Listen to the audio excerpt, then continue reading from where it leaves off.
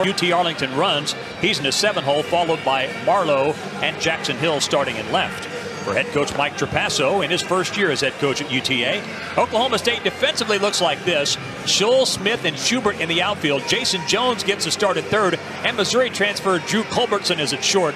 Brock Thompson at second, Colin Brigham at first, Ian Doherty behind the plate, and on the mound, Grand Canyon transfer Hunter Watkins. Yeah, he has a good pass. You know, his history at Grand Canyon, as short as it was made him a real big guy in the portal world, you know, the transfer world. And I think Oklahoma State losing their whole rotation, they felt pretty good about bringing a big guy in. And I think he was a little bit worn out coming off of summer ball and pitched through the fall until Rob shut him down. And his first outing was okay, not great. Again, now they didn't open up by just playing anybody. They played a pretty good ball club, but he gave up some runs his first time out. And I think the second time you're always better, and he gets a chance to pitch at home. So hopefully he'll put that in his back pocket. It is going to be an offensive weather day, I think. Yeah, wind is blowing out pretty much straight to center field. As I mentioned, game time temperature in the upper 70s. Never know what you're going to get here in Oklahoma. Well, we saw yesterday just it just gets in the mid 60s and it felt like summer because it was so cold. And boy, it turned into an offensive day. And it's warmer today, and it's actually blowing out to right field. So you better be able to pitch away from the left-hand hitters. There'll be some home runs hit. 0-2 to Jordan Medellin leading off. Mentioned Watkins' first outing against Texas gave up 4 runs on 6 hits. Last weekend struck out 5, walked 1, took the loss. And that's a 3-pitch strikeout to begin the game. Medellin retired by Hunter Watkins. So that's one new guy to the batting order. You know, this guy didn't play yesterday. He gets him out with a curveball. One thing about Watkins, he has multiple breaking balls. And for a big guy, normally that takes a while. But he's not an overpowering guy. That's grounded into right field, and that's a 1-out single for Jake Martinez. Now that's a 93, and that's about where he's going to top out at. And again, the way hitters are today, you almost got to go into 93, 95, because if you're between 88 and 90, you're in trouble. And the guys at 91, they're not allowed to miss, just like yesterday. You miss at 91, boy, you're going to get splattered. So as a new season begins and you get new guys on the mound, you kind of watch and see where they got to go when they're behind in the count. 1-0 to Xavier Melendez. But he got the leadoff guy out. That's the start of an inning, and I guess the firsts are always the most important thing. First pitch strike, first out, score the first run. One thing you'll notice with this 4 o'clock starting time, and we pointed out this note yesterday, pitcher is in the sunlight, and then just beyond the mound, everything else in the shadows up to home plate. That pitch is in there to Melendez. It's 1-1. Now, as big as he is, Dave, that's a short curveball. I mean, it's like you'd think being 6'8", you'd have a curveball that would drop maybe 5 or 6 feet. But you watch him, it'll start at the top of the catcher's mask and finish right in the strike zone. Normally, that takes time. That's a developing pitch for a big guy. Big guys are hard to coach. There's a lot of body there, a lot of big parts. But he keeps himself together really well. That's into right field, and that's a base hit for Melendez. Martinez down to second. It's first and second with 1 out here in the first. We always mention that unwritten rule about pitching, that book that nobody ever wrote. And it kind of works like this. If you got a good curveball, you throw the first one for a strike. You throw the second one for a ball, and they swing at it every time. And the mistake he made is he threw both of them right down the middle. So this guy gets a base hit to right field, and you're in trouble. Xander McAfee went 1 for 3 yesterday and scored twice.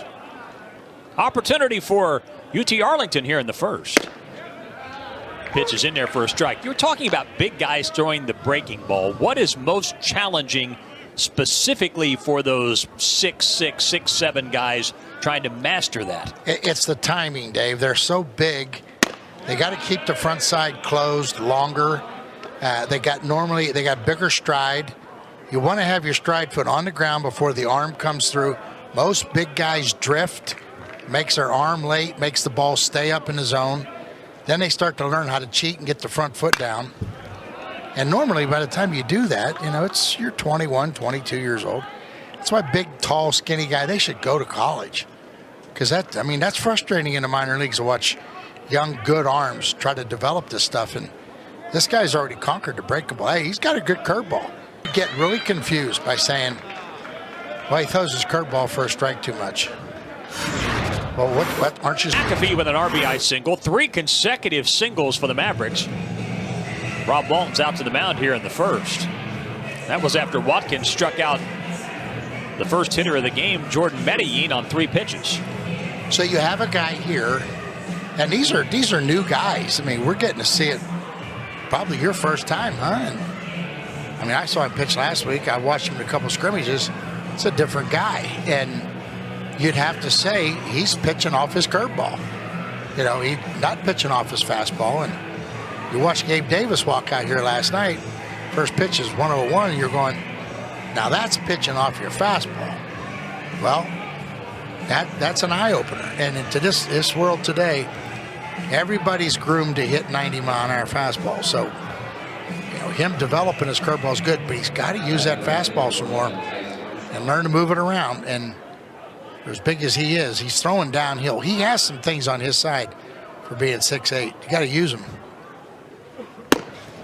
Like that right there. That's a 90-mile-an-hour fastball up. Because they're walking in, looks like they're going in looking for the breaking ball. There you go, 2 fastballs in a row. 1-1 to Tice Armstrong. And it's his first inning at home. First time in front of a crowd at home. Get rid of some of those goosebumps. Throw a couple fastballs hard.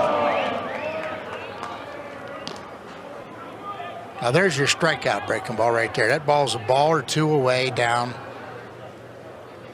Just don't come back and throw one right in the middle of the plate here. Ooh, got away with it. Foul out of play, right side. Do you ever feel like you've seen too many games in your life? No. Why do you say that? Yeah, it's like, you can almost say, I knew that, and then somebody will go, boy, how do you know all that? Well, you're 100 years old, and you've been to 1,000 games, or no, more than that. That pitch is blocked by Doherty, and the count is full. You just, I guess, maybe read tendencies real quick, real early. Because there's no way that Arlington has much of a scouting report on this guy. He's only pitched 1 time. Although that being said, Watkins faced UT Arlington last year, playing in the same conference in the WAC. I was about to point that out. He worked 2 1/3 against UT Arlington last year, gave up a run on 4 hits, struck out 1 and walked 1. That's interesting. I didn't even think of that. Because that league has kind of been up and down with teams and teams jumping in and jumping out. Now Grand Canyon will be leaving that league in a year and a half or so. That's chopped up the middle. Really no chance at 2. And there's 2 away here in the first. Well, he got the ground ball. It was a big 2-hopper. Kind of like, man, I need a double play right here. But it didn't happen. So 2nd and 3rd, 1 out. Tate Bethel went 0 for 4 yesterday. Watkins trying to avoid further damage. It's 1-0.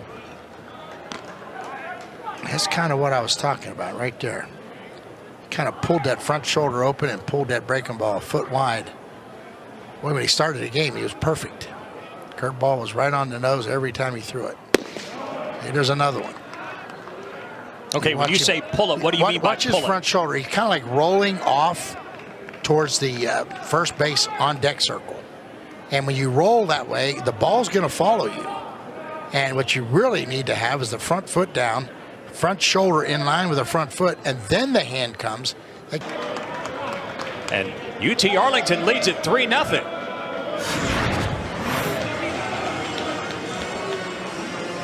Now that's a high fastball, 89 mile an hour. So you're in the hitting zone and you're pitching to contact. And sometimes, Dave, the worst thing to do is to sit around and watch a 19-4 game.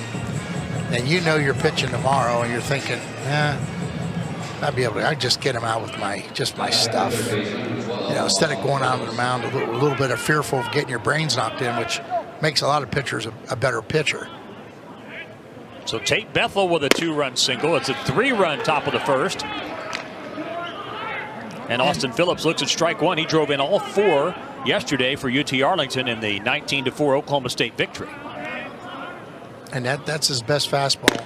There's the second best fastball right there. So you get that blood stirred up a little bit. You got to be agitated right now if you're on the mound. You're down 3 in the first.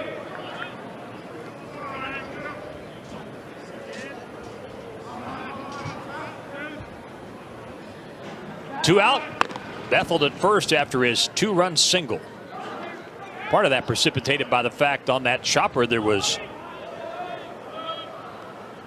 no opportunity or to get the runner out at second, so it became second and third. Watkins strikes out Austin Phillips to end the first, but 3 runs on 4 hits for UT Arlington. The Mavericks have the lead, 3-0. All right, trainees, let's say Glenn is a customer. I'm a customer in this scenario. What do we do? Protect what's important to him. And how do we do this? We help with car, home, Both. RV coverage. Great, apply coverages. Because you never know what life is going to surprise you with at 90 miles per hour. Did Coach say 90? Push him out there. You've got this, Glenn. Am I gonna feel this? I felt that. Is he okay? For savings and service, get more with Geico. Oh, he's moving. Well, we engineered a fast, reliable Xfinity internet. Isn't that the best part about working here? No, it's the uniform. Fast break speeds and low lag for nonstop action. That's Wi-Fi built for streaming live sports.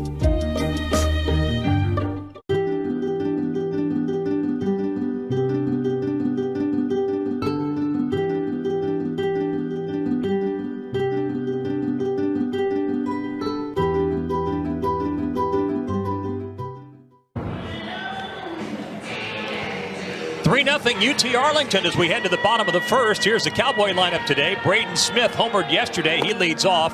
Then it's Schull and Schubert. Jason Jones also homered yesterday. He's in the 4-hole. Colin Briggerman has 11 RBIs already in just 5 games. Then it's Miola, Doherty, Thompson, Andrew Culbertson making the start at shortstop, his first start of the year for Oklahoma State. Defensively for UT Arlington, the Mavericks will look like this. In the outfield, Hill, Martinez, and Armstrong. Phillips at third, Medellin at short, Melendez at second, Bethel at first, Marlowe behind the plate, and on the mound, right-hander Nicholas Robb. Had a good outing his first time out, and I think when the series got shrunk to a 2-game set, you know, both guys that Texas Arlington's run out there went 6-7 innings in their opener, so you got to feel good about it. And it didn't work out real good yesterday, but this guy's walking out in the first inning. He's got a 3-run lead already, so should make pitching a little bit easier, at least to get through the early phase of this game.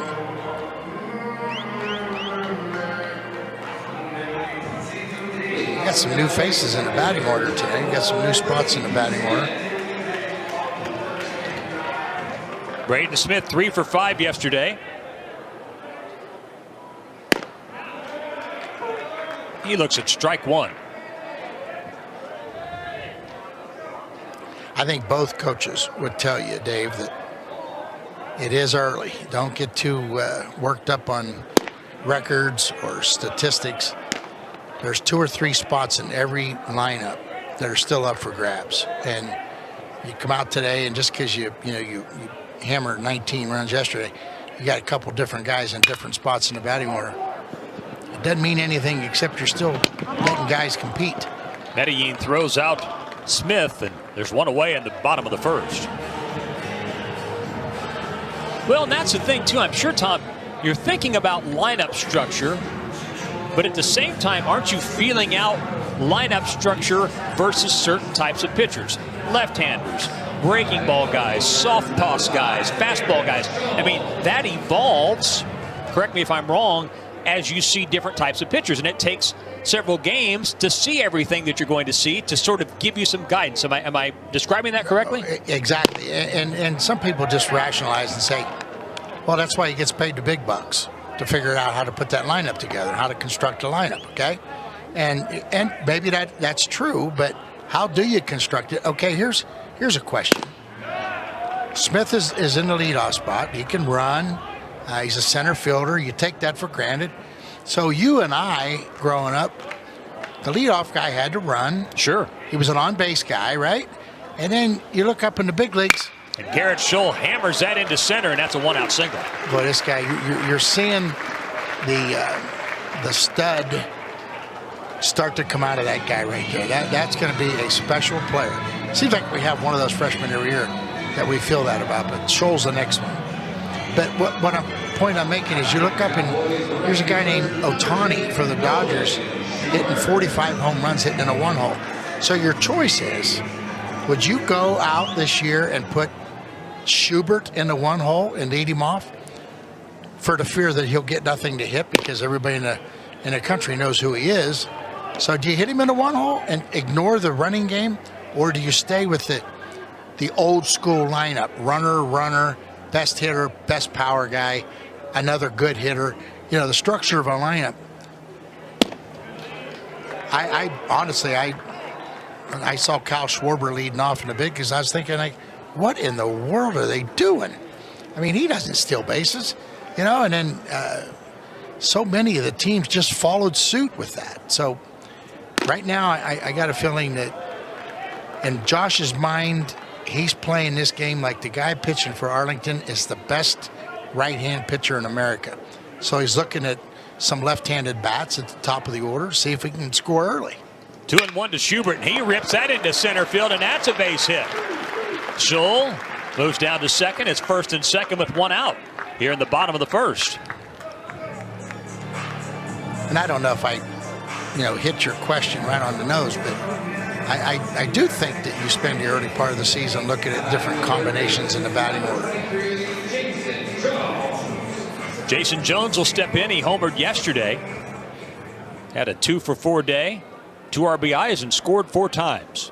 We'll go back to your point about lineups here in a moment.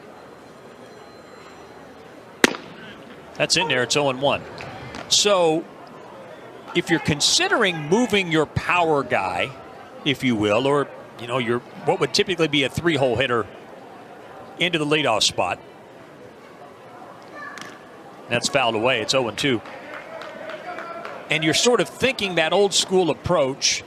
How much does it matter if that hitter is maybe more of a breaking ball hitter versus a fastball hitter in terms of what the running game could or could not provide pitch-wise to that particular guy in the 3-hole? How much does that factor in, or does that even matter? I think by the time you get done playing 10, 12 games, you make that decision. Which way am I going to go with that?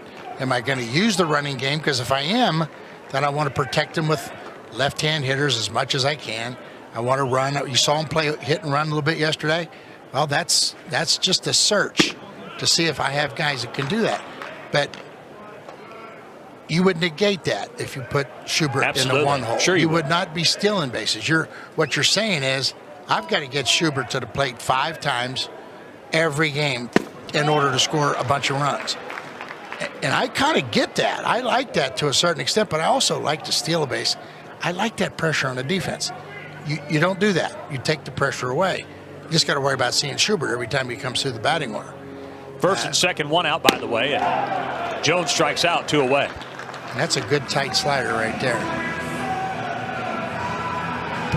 But you keep looking at the development of the lineup. And so in behind Schubert, if the left-handers do their thing, Jones becomes critical, the guy just did, because so if you knock him, you knock the right-hander out, and they bring a lefty. Now you got Jones sitting in the 4-hole.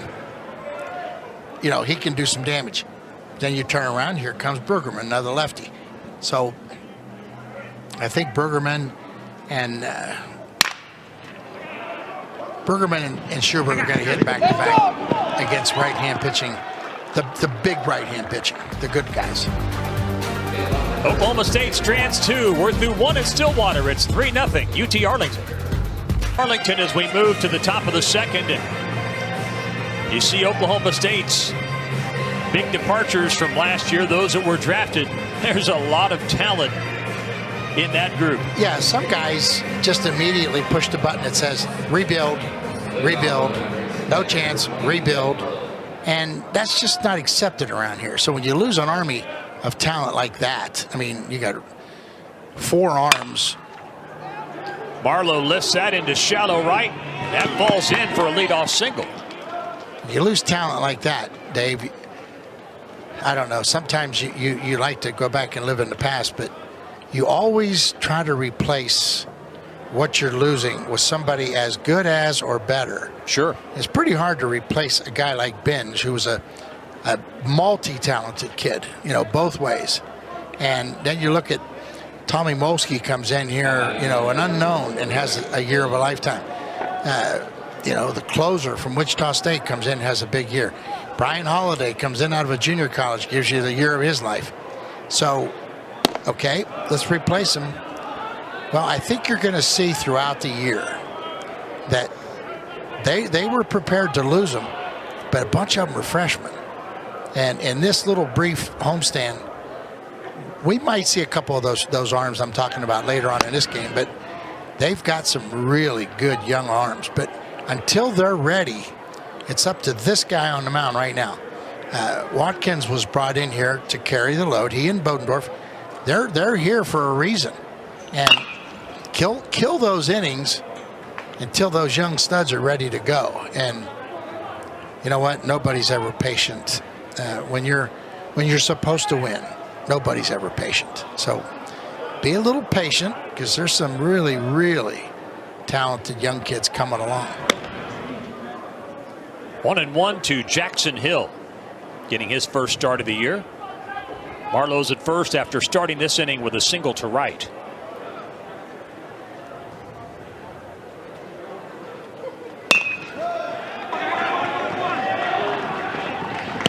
Sacrifice is good. 1 away, and down to second is Marlowe. Yeah, that's interesting, isn't it? I mean, you're moving a runner in a scoring position, give up an out in the second inning. You saw 19 runs go up on the board yesterday. I don't know that 4 is going to get this one done. I could be wrong. I mean, maybe it'll be the game where Oklahoma State doesn't hit, but they don't give up too many outs in this ballpark, especially with that wind blowing out. Jordan Medellin fouls away the first pitch.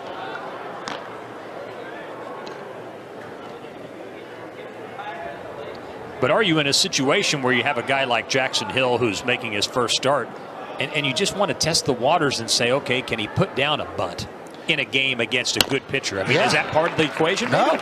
Hey, it's going on both sides of the field. The head coaches right now, their minds are rolling. I mean, they're watching everything. They're looking for facial expressions. They're looking for guys in the dugout that are in the game, or somebody sitting in the dugout pouting. That's the nature of this sport. Not everybody can play, but how does a guy not play and handle it? Can a guy move a runner? Medellin strikes out for the second time. Third strikeout for Hunter Watkins. And that's on a breaking ball, and you see what they do to two-strike approach. He spread out, no stride, and swung and missed. I don't know that he could have hurt that ball right there if he hit it, because he was so spread out. But again, it's to try to put the curveball in play. So I start to draw the conclusion that they don't want to strike out. They want the ball in play and make those guys make plays. And and again, I know I got a nephew that works with Arlington, and Trapper's a lifetime friend. So you start to see, this is Trapp's first year with this game.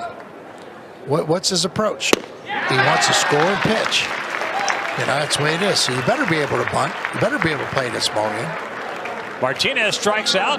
UT Arlington wastes the leadoff single to the bottom of the second. 3-0. 3-0 UT Arlington as we head to the bottom of the second. We showed you some of the losses, those that were drafted from the Oklahoma State team a year ago. And even with those losses, a two-time All-American, Nolan Schubert, Gabe Davis, a very highly regarded prospect as a pitcher. And of course, there are others, but those are the headliners returning for Josh Holliday. Just enough that you could break in 2 or 3 younger guys, maybe one that played a role last year as a freshman, to keep the lineup stable. But what it does is it makes guys like Aiden Viola that much more important. For him to come back as a senior, seniors are critical. You've got to have one, especially a guy that the team means something to. And to get him back, and the guy, he had a great fall. He had, it's one of those players, it's just going to happen for him. And you put him in there and you start feeling pretty good about having him and Schubert back and Bergerman. Bergerman finished the season last year kind of like on a questionable note. Then he comes out in the fall and he's an entirely different guy and had a great fall, comes into the spring. I think he's got 10 RBIs already. It takes some returning guys, Dave. You got to have continuity. And really, you don't need to sign for a candy bar and a glass of iced tea anymore just because you're a junior. You can get that as a senior. Viola chops that foul, and count is full. So you got a lot of middle to late round drafts going back to their senior year. And in some of the schools around the country, they're being bought back. So if the pro team offers you $150,000, we'll give you $150,000 to come back. Never thought I'd ever say that. But I never heard of NIL either. Well, yeah. 3 years ago. Yeah, you mentioned Miola and his contribution. Last year, 10 home runs, 47 RBIs. Played 43 games, so he did miss significant time. Hit .329. Really good year.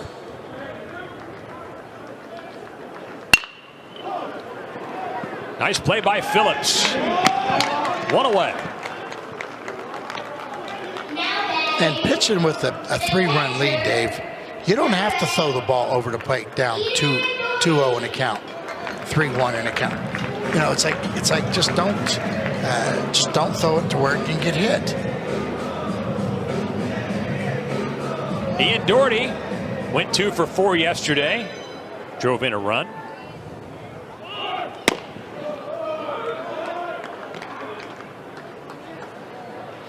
It's 0-1.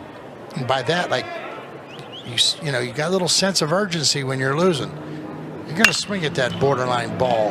That's lined right at the second baseman. Melendez, 2 out. And the longer you stay behind in a game like this, the at-bats, it all shifts to the other side, the pitcher on the other side. He's going to get away with some mistakes. UT Arlington did not have a pitcher work more than an inning and 2/3 yesterday. They went through 6 hurlers. So far, it's been fairly smooth sailing for Nicholas Robb. He did give up the 2 first-inning hits. Cowboys left 2. It's 1-1 to Brock Thompson. Really good-looking freshman right here.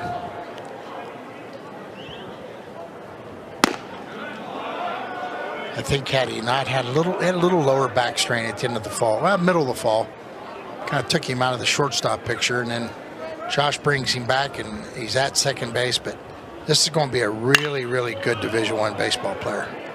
Fouled away, 2 balls and 2 strikes.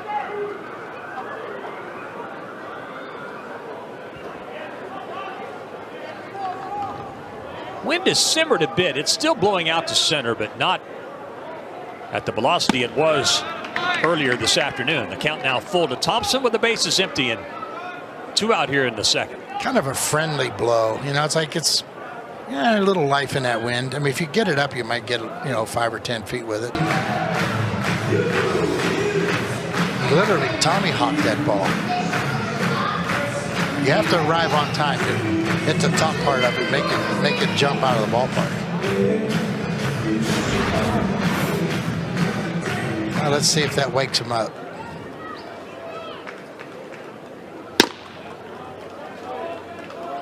Drew Culbertson, the Missouri transfer, is making his first start today.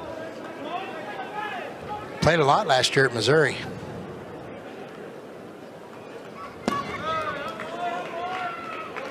This is his first at bat of the season for Oklahoma State. Well, there's a little book that travels with everybody, and he's a plus defender.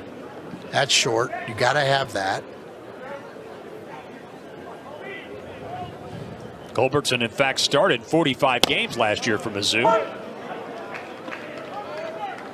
It's 2 balls and 1 strike to him.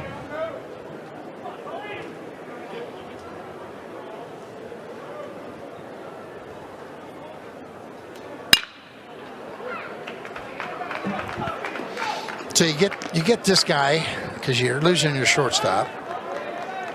And Thompson decides not to go play pro baseball and calls and says, "Coach, I'm coming to school." So now you got 2 shortstops. So first thing you want to find out is how good am I at second base, and can you slide one over there? Well, yeah, you've kind of seen Thompson now. So this is this guy's chance to jump in the lineup. And you know as well as I do, nobody will play 56 games. Somebody will be hurt and miss a short period of time. So you got to have quality replacements. And this kid, as long as he gets better with the bat, he's going to be important. Culbertson strikes out, but the Cowboys score a run on the solo home run by Brock Thompson. 3-1 UTA through 2.